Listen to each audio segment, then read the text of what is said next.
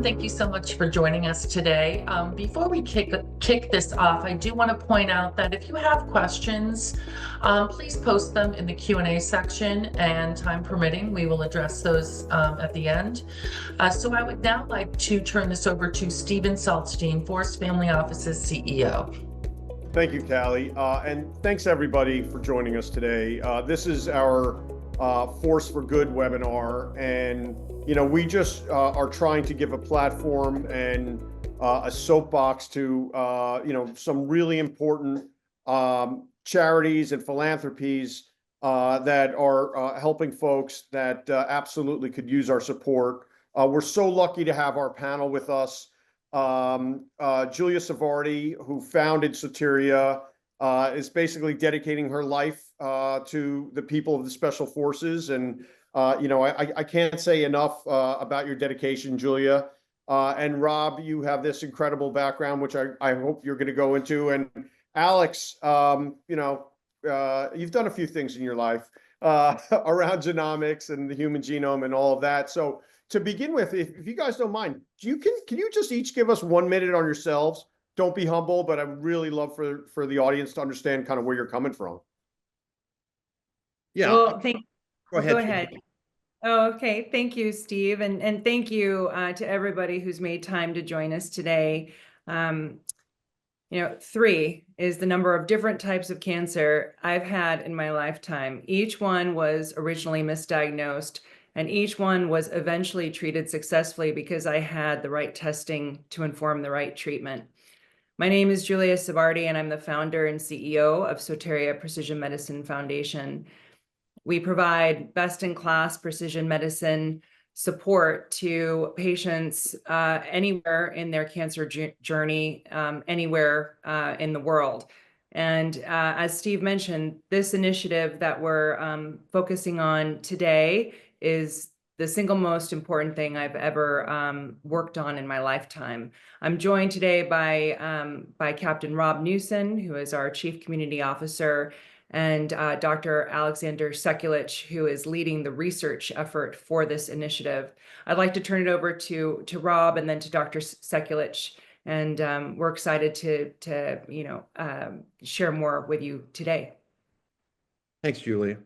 I spent 30 years in the SEAL teams, retired as a captain in 2018, diagnosed with cancer in 2017, and we'll talk a little bit about that later.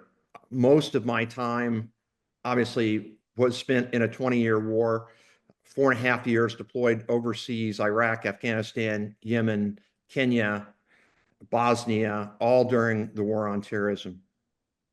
When I got out, I had the great honor of working at the White House military office, all defense support to the president, Air Force One, Marine One. Really, it's a best in class of military capabilities supporting the national decision makers.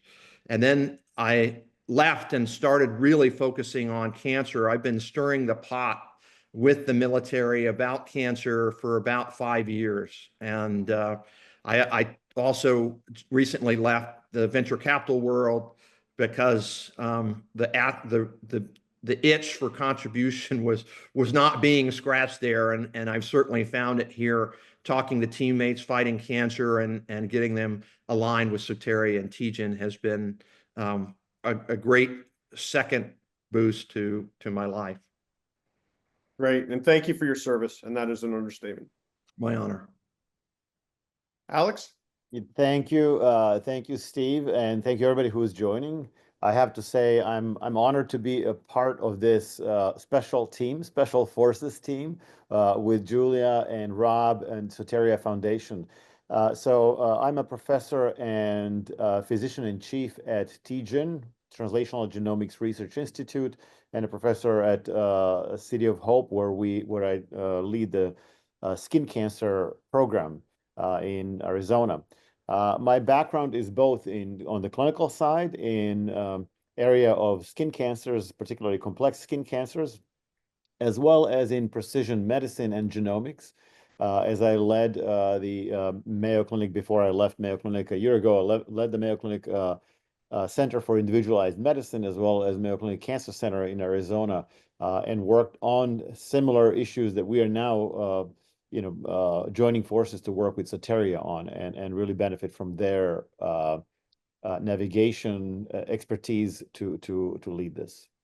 Alex, can you just give us just a little bit of background on TGen itself? Would you mind? Yeah, no, I'm happy to do. So TGen is, and again, stands for Translational Genomics Research Institute. It's one of the premier research institutions in the country that's focusing on studying the impact of genes on health and disease. And it has a significant focus on cancer. TGen has led the way in developing and implementing new genomic tools. And the core principle at TGen has always been, and TGen has been around for 22 years now, core principle has been, how do we help improve lives of patients in front of us today? Excuse me. And that is, I think, a key differentiator to many other academic institutions where there is robust research, but there is less of that immediate urgency to apply this to patients in front of us today. This permeates everything that TGen does. TGen is a part of City of Hope, which, as you may know now, spans the country from California to Arizona, Chicago, and Atlanta. Thanks. Julia, since 9/11, over 500,000 active duty service members have been diagnosed with cancer. And the Navy SEALs that make up just 3% of the Navy make up nearly 30% of its cancer cases. I guess my question is, you're a 3-time cancer survivor, who's spent 20 years working in healthcare and genomics. How did your personal experience shape your decision to launch Soteria? Well, thank you, Steve. I really stand here, before everyone as a living, breathing example of the power of precision medicine. I was very lucky to have a family that was connected in the biotech universe, and because of that unearned privilege, I had the right testing for the right treatment, and in having that experience, it really inspired me to help patients connect the dots. And everyone should have access to the tools and technology that exist to inform their treatment every step of the way. So it really was born from my personal experience, and also learnings from those years before in healthcare and genomics. We are firmly patient-centric, and that makes us unique. Now, we often hear about precision medicine and how it's transforming cancer care, but what's the disconnect between kind of what's possible and what patients are actually receiving? So that's a great question. Right now we have more genomic tests to inform different types of cancer than ever before. And those advancements are happening at such a rapid pace. It's difficult for hospitals and health systems to keep up with the pace of those advancements. By the time a test becomes an option on a drop-down menu for an oncologist, it may or may not be optimal for that patient. And also, it's very difficult for practicing oncologists to keep up with all the different options. So this is where Soteria provides support, not only to the patient, but to their care team, to provide as much information to inform a diagnosis and treatment as possible, as early as possible. Why is Soteria named Soteria?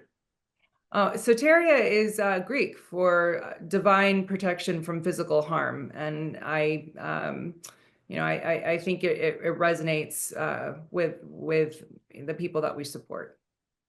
So let's talk about the people that you're supporting. I mean, you specifically work with veterans and kind of focus on special operations forces. What made you focus there, and what are their challenges? Well, we see a preponderance of cancer diagnoses in the Special Operations Forces population specifically. These are individuals who are defending our collective freedoms on the front line. And we can surmise that it is due to exposure or lifestyle, but this is where the partnership with TGen is so incredibly important, because while Soteria is providing support to these individuals who need help today, and we're talking about individuals in their 20s, 30s, and 40s, TGen is going to lead the research effort to give us the data required to protect future generations. And so really the Special Forces it's the tip of the spear. It's where we're starting, but it's just the beginning. We expect this initiative to expand to the broader military and beyond. Rob, when did you first realize that cancer was a serious, widespread issue for special forces, the special forces community? Steve, I'd say it didn't hit me all at once. It was building. It hit me one man and one woman at a time. And then in 2017, as I said, I was diagnosed with a very aggressive cancer at age 50. I got treated in the gerontology ward, the old man cancer wing. And my doctor asked me what I'd been exposed to, said he'd never seen prostate cancer move that fast in someone so young. What I'd say is once you're in a cancer club, people are more open. The whispers and confessions grow. One guy here, another guy there. Did you hear about Master Chief? Did you hear about the Admiral, about Lieutenant Oz? And then teammates reaching out for insight after they got diagnosed. So it dawned on me that this isn't bad luck. This is a pattern. In 2014, a small group of special forces started tracking cancer cases in their regiment.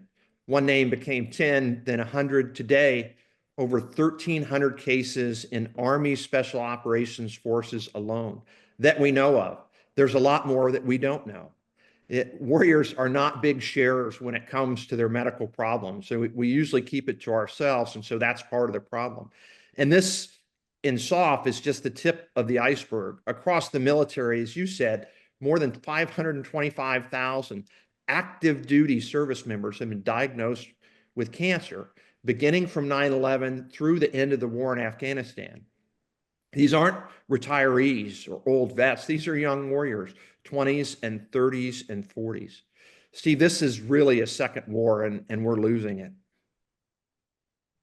So, what makes cancer in the military, I mean, especially in SOF, Special Operations Forces, because I want to make sure everyone knows what that is, different from cancer in the general population?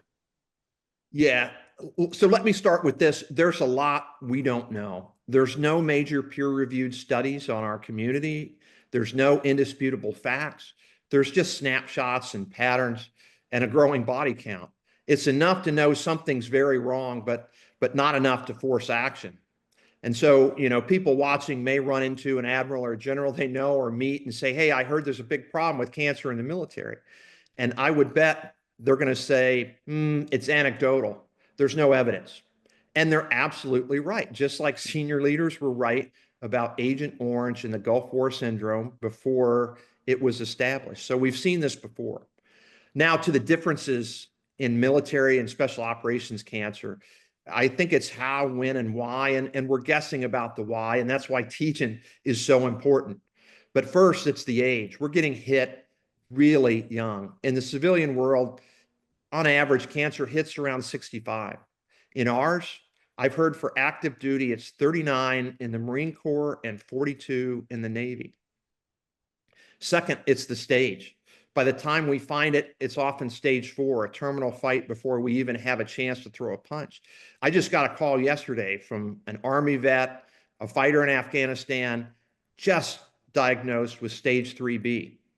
And third is the type, rare cancers, aggressive cancers. This guy's cancer is 1 or 2 in a million, incredibly rare. And fourth, the exposure. Over a SOF career, we're exposed to thousands of breaching charges and millions of rounds fired. Each blast, each bullet leaves behind them microscopic toxins, heavy metals, chemical residue, carcinogens. That builds up. Add to that a career of high stress, inflammation, years of broken sleep, deployment stacked upon deployment. So it's not a coincidence and it's not bad luck. It's physics, it's chemistry, it's biology, all catching up to us. What about toughness? I mean, what about the possibility that, listen, being a Navy SEAL, you are one of the toughest people in the world, and you might have aches and pains that I think on a scale of 1 to 10 or a 9, but you people are a special breed and only think it's a 4, and so I don't know. Yeah, no, I think you're right, and I think that's part of why we see late stage cancers, because often guys will suck it up. Men and women young will go to the doctor with a pain, and the first thought isn't, I bet this guy has cancer. And so it's not discovered until it just cannot be denied. And part of that is guys don't want to go to the doctor. It's been trained and ingrained in us that going to the clinic or the doctor is going to take you off the battlefield. And that's the last thing we want to do. We want to stay with our teammates. And so there is definitely a part of the culture that is contributing to late diagnosis. Alex, Julia was prescient enough to approach you and create this partnership between Soteria and the Translational Genomics Research Institute. Can you talk about why this is important and what you guys are bringing to the table, what it's focused on? Definitely. So maybe we step back for a second and think about cancer, which we really define as the disease of genes. Meaning, our normal cells have a genome in there that functions under normal conditions in healthy situations normally and guides each type of cell, whether it's a brain cell or skin or whatever, to do what they need to do. But in cancer, what happens is that these genes that normally are regulated break down. They mutate and they start doing things that they shouldn't. And that can result, if the correct or bad change occurs, it can turn this normal cell into a cell that does not obey any rules, and it keeps growing until it takes over the entire organism. And that is what cancer in essence is. So understanding what those changes are is critically important. And it's important because if you understand what drives the cancer, you could potentially figure out what may be the inciting factor that leads to those changes. If you can see potential mutated genes that represent markers or targets for therapy, one can then think of the type of therapy that could be useful in a patient A versus patient B. So in essence, knowing and understanding genomics really allows us to personalize this type of approach. And this is really the core of what TGen brings to the table here. Julia, so we've defined the problem, but can you define the goal? Why are we all on this webinar? What do we want to accomplish? What are we trying to do? And maybe you can break it down into a few phases. Well, I think Dr. Sekulich really touched on the importance of having that genomic information to inform treatment. So you could have two individuals who have the same type of cancer, same quote unquote diagnosis, but the biology of their cancer is unique. And understanding those drivers so that you can target the therapy for more successful treatment, better outcomes, that is the goal. To make sure that all of these individuals that we're supporting have as much information to inform their treatment as possible. And right now, despite their service, most of these individuals are not getting this type of testing because of insurance barriers and because, as Rob touched on, they're getting diagnosed very late. So this project, we're starting with a crawl phase. We're going to support over 100 patients, and then the next phase, the walk, will be 1,000, and then the run will be 5,000. We expect that upon completion, we'll have data that will support changes in policy and enable, as I mentioned, us to protect our future generations of soldiers. And so if someone wanted to support you, you guys are a 50C3, what is it? I'm sorry. We're a 501c3. Yeah, and thanks. I apologize.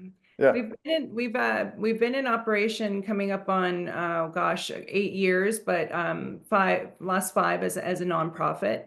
and really made that change because Soteria believes that every patient, regardless of geographic location, socioeconomic status, type of cancer, treating institution, should have access to optimal testing to inform their treatment. And we've supported over 1,000 patients all around the world to date. That's amazing. That's fantastic. Alex, can you talk a bit more about the project's aim to analyze, just in more detail, the patient's genome at a level beyond what's typically offered in a clinic these days? Yeah. Again, I'm going to try to start this from a 30,000-foot view. When we think about genomics today, and we refer to really study and understanding and use of the genomic information, understanding how our genome works in health and disease. We often hear, well, sequencing of the human genome hasn't changed things that much. We forget that 22 years ago, we did not have the sequence of human genome. To get that first sequence, it took many, many years, many very high power institutions and billions of dollars. Now we do it overnight for the entire genome at a price point that can be just used clinically, right? So that's a huge change. When we look at how genomics is used in the clinic, particularly in the case of cancer, most of the tests will look at one gene or a panel of genes with the idea these are the most critical things that we can make decisions on. And most clinical decisions are made that way. There are a few tests that are now sequencing the entire collection of 22,000 human genes, okay? Even that part of the genome, when it's sequenced, it represents less than 2% of the entire genome in each of our cells. And in the rest of that genome, there's information that we collect with other types of tests, right? So being able to go beyond what's standard of care really allows us to look at things in a way that currently we may not be able to. I'll give you an example. As Julia said, a patient A may be different from patient B, and knowing what you're going to give to a patient is important. But even within a single patient, I'll give you an example of a patient with a disease, cancer of blood, which is called multiple myeloma. It's an area where there's been a lot of progress and a lot of new drugs. This patient has had multiple drugs, had a response to those drugs, but then the disease progressed. Ultimately, it came to one additional treatment option. Patient was treated, had a really great response, but then the disease started regrowing. So the question was, what is the next thing? There were three options there, and no really clear way to pick between those three. Clinical decisions was made to go with option A, and the option A was to create a personalized cell therapy. You may have heard or read in the media about CAR T therapy, which is very precise, made out of patients' own cells, very, very involved, very expensive, and time-consuming to do. Well, this patient's genome, cancer genome, was analyzed at TGen, and it turns out that the cancer has completely lost the target A, which was going to be the target of the treatment, suggesting that if you go through this expense and time, patient will lose the time, patient will get the treatment, patient will not benefit. But the target B... I'm curious, so did the cancer mutate? Yes. So when you think about cancer being treated and responding, and then it starts regrowing, what is regrowing is the subset of cancer that continued to change. And cancer is not static. It's essentially an evolution process in the patient's body that is rapidly ongoing. And whoever can survive the treatment with a particular drug will be the next generation that's going to cause the relapse, right? So understanding those types of things can help one decide what may be the most efficient way to treat the patient at this point in time. Rob, can I ask a question? What about the VA and the healthcare that a service, member, should receive? I don't know. I constantly hear conflicting stories about the VA is great, the VA is terrible. Wait, what's the real situation there? And Yeah, and I think both are true. There are phenomenal VA hospitals and doctors and have really done some amazing work. And then there's been, horror stories and struggles. I think it's important to know that of all of the veterans who are eligible for VA care, only about a third are actually enrolled. And so this both affects care and affects how much we know. Because when the U.S. Special Operations Command, the headquarters of all of the special operations community, has asked the Defense Health Agency to do a study of active duty special operators and veterans within the VA and look at what the incidence is. Well, right off the bat, we know that they're only going to see about a third of the veterans because not everyone is registered with the VA. And the VA generally, is doing some, I think, groundbreaking things with PTSD, with some other things. With cancer, they have responded to the PACT Act, which makes some cancers presumed to be service related. You don't have to show that this came because of your service. But with the PACT Act, it's like every other war, whether it's Agent Orange or Desert Storm. It's a nice first start. It's not sufficient enough to allow the VA the resourcing and the programmatics to really get after that like I think they need to. Steve, can I jump in for a second? oh, please. Yeah, I think all of this that Rob said are significant, issues, but this goes beyond, VA. You can look even at the premier academic institutions. As Julia said earlier, the pace of progress is so rapid that it's often difficult to get these new methods into the clinic in a timely fashion. Just the process to get things approved and get in there is so slow that we are often few years behind what we could do just because, that the process is cumbersome. Well, Julia, I guess that leads me to a question, which is, how much of this is data gathering versus treatment? Well, that's the beauty in this partnership. So Soteria is providing support to these individuals who need it today, while TGen is performing the research and gathering the data. So we have the ability to affect change. As Rob mentioned, to date there are no peer-reviewed longitudinal studies. TGen is going to change all of that, and I just to kind of go back to the discussion about the VA, I think it's worth noting that over 70% of these individuals get their care outside of the VA, and many of them live in rural parts of the country. So the idea here is that regardless of where you live, you can have the most informed treatment possible. So it's data to inform your care, your data to inform your care, while we're gathering data on the population to affect change. Rob, can you please talk about just the impact on the families? Julia mentioned that so many of these folks are living in rural areas. What does a service member face when they're diagnosed? Yeah. And this is true not only for cancer, but many things, but war doesn't stop at the door to your home. And cancer doesn't just hit the warrior, it hits the whole family. The spouse becomes the caregiver. The kids are scared and confused. I've seen it. I've lived it.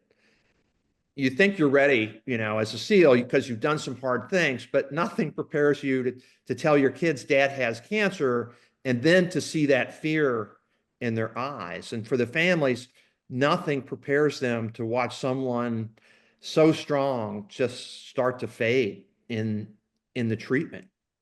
So, as you're fighting for your life and you're watching your family suffering as they join you in that fight, and that's the real cost of war that we never count. It's a cost we have to start paying attention to. But I think just more unseen is it's just not the warriors who get cancer. Every time I talk to a veterans group, a soft veterans group about cancer, someone always asks, What about our families? What about our wives and kids?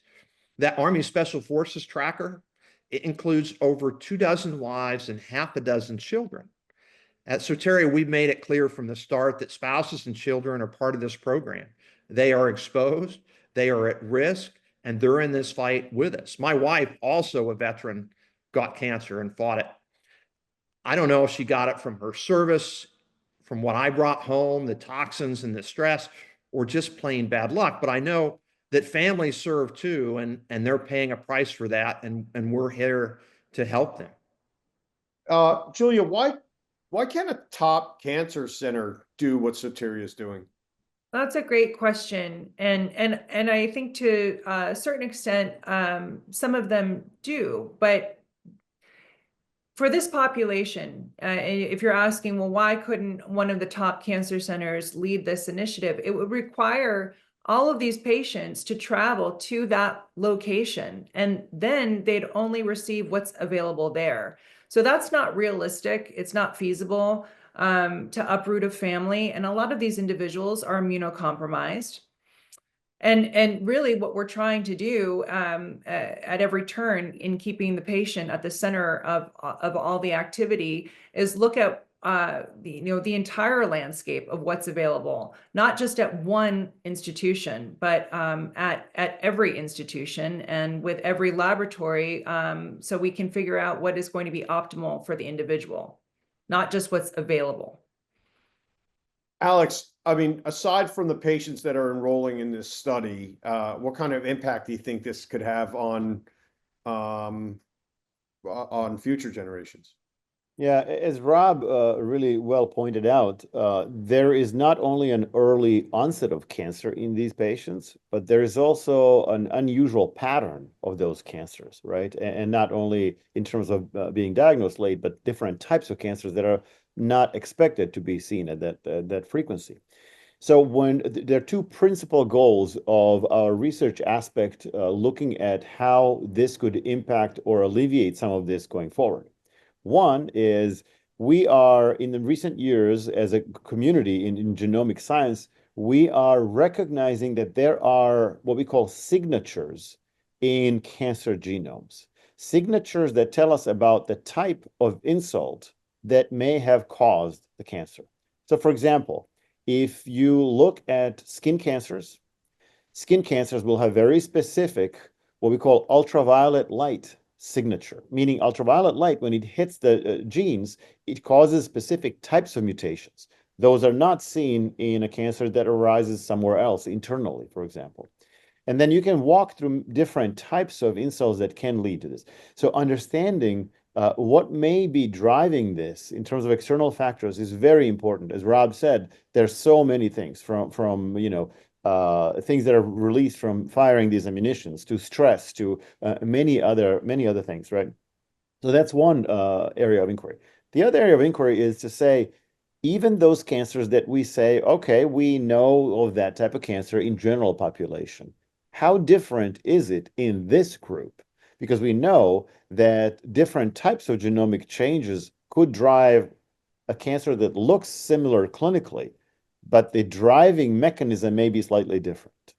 That also can help us differentiate and say, for people in this situation with these kinds of exposure, there may be slightly different drivers within their genomes, and therefore our approach to both diagnosis and treatment in the future may need to be optimized to really fit these particular people, rather than saying, this is this type of cancer, we treat them all the same way. Again, it's more of the personalization of this aspect. Rob, my last question for you is, what gives you hope? You know, what does success look like for Special Operations Forces side of the house? And as I said, I've been stirring the pot for 5 years without much hope, seeing, the government and expecting little action from them. But I really am filled with hope. I'm jazzed because hope comes from action. And Soteria and TGen are building pathways we've never had before. Early detection, advanced genomics, navigation through the fight, clinical trial matching, and deep genetic research to get to the answers. So I'm absolutely confident that we will catch cancer earlier when it's beatable. We're giving warriors the firepower finally to fight back. And so success to me is simple. It's no more late stage ambushes. It's no more funerals before their time. Every operator, every veteran screened, protected, and backed by the best science on earth. But it doesn't stop there. I think success is a model of precision cancer care built inside my community, a special operations community that's proven and battle tested, and then scaled to every service member, every veteran, and led and executed where it should be by a government charged with caring for those who bore the battle. So this is a pilot program that's meant to get the government to do what they should do and really show what modern genomic precision medicine should do in cancer care, especially for the military. But I'd say in the interim, success is champions and patriots, individuals and companies powering this change until the government finally steps in. And I think powering this effort, not out of obligation, but out of privilege. It's a privilege to be part of something rare, a chance to act before the headlines, a chance to protect those who once protected us. Every dollar raised is a weapon put in the hands of our best and bravest, a chance to beat cancer early, to target it precisely, and to kill it before it kills them. So in my mind, this isn't a charity. This is an investment in courage and gratitude and life itself. That's how we prevent more fallen. That's how we protect living. To me, that's what success looks like. That's great. Okay. Julia, so you launched phase one. You have, I think, 100 special operations forces veterans enrolled. What does the future look like? What's your vision?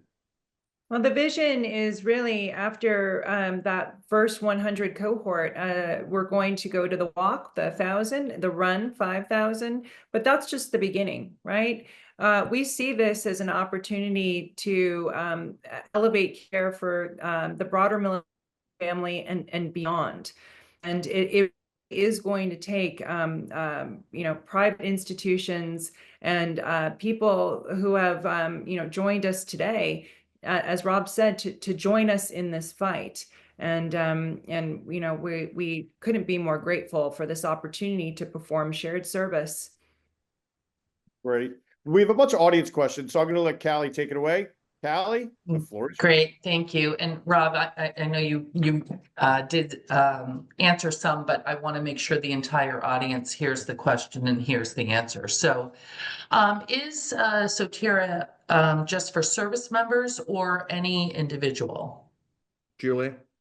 Okay, so we have supported people for the civilian population for our entire course of operation, and members of the military family. So yes, please reach out if you need support.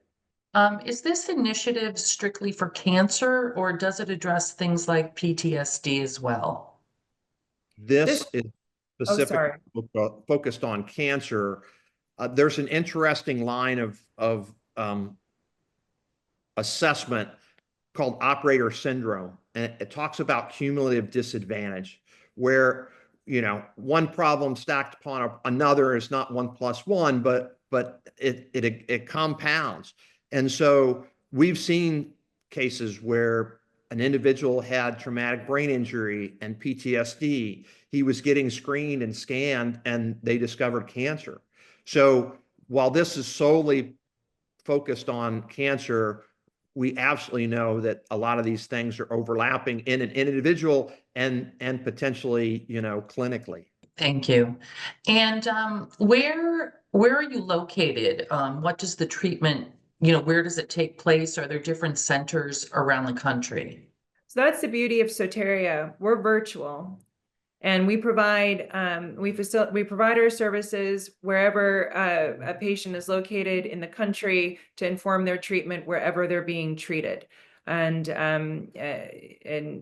really there are no geographical borders to what we do. Does the stage of cancer matter for who qualifies for services? No. For services, I like to talk about it, track 1 and track 2. For the study that Alex is running, That's stage 3B and 4. Ideally, that's where genomics is really, providing the most needed weapon today. But those who come to us with stage 1 or 2 or 3A will get support. They just won't be in the population of the study group that is looking at the deep research. Can you walk through what a typical patient journey looks like from diagnosis to treatment from Soteria's perspective? Sure. So when a patient comes to us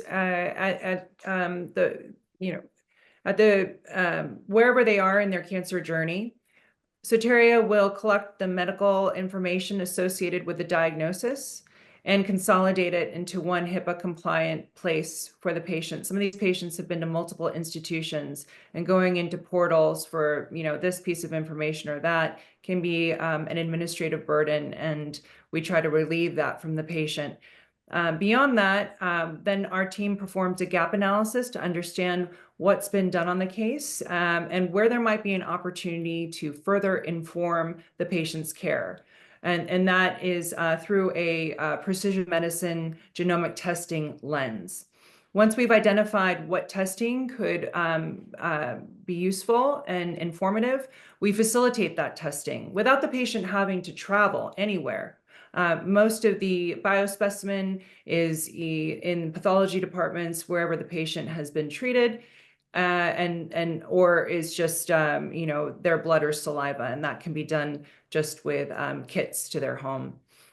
From there, after we've facilitated the testing and we have the results from that testing, we provide neutral medical expert input. And that is in a shared decision-making tool for the patient to take to their treating oncologist and to their care team. And in the event that the treating oncologist would like to have a dialogue, we also facilitate that. If a patient has progressed in their journey to the point where we're looking at clinical trials, then we're also using data to inform that clinical trial search. So it's not just about inclusion, exclusion criteria, but really what's biologically relevant to that patient. Thank you. And why is genomic testing so expensive? So maybe I'll take that. So it's an interesting thing, and I alluded earlier when I was making a comment on progress, how long and how expensive was the first human genome, right? Versus what we can do now. I'll tell you that we just launched at TGen, TGen and City of Hope, we just launched a first whole genome sequencing test specifically for people with a very aggressive form of leukemia, which is called AML. The test that returns the results to the treating physician within 48 hours of receipt of the sample. So why is that so expensive? Well, let me illustrate it this way. If you take a human genome, and each cell in our body contains a full extent of human genome. If you were to type that human genome, and human genome is represented by what we call bases, or 4 different types of letters, A, T, G, and C.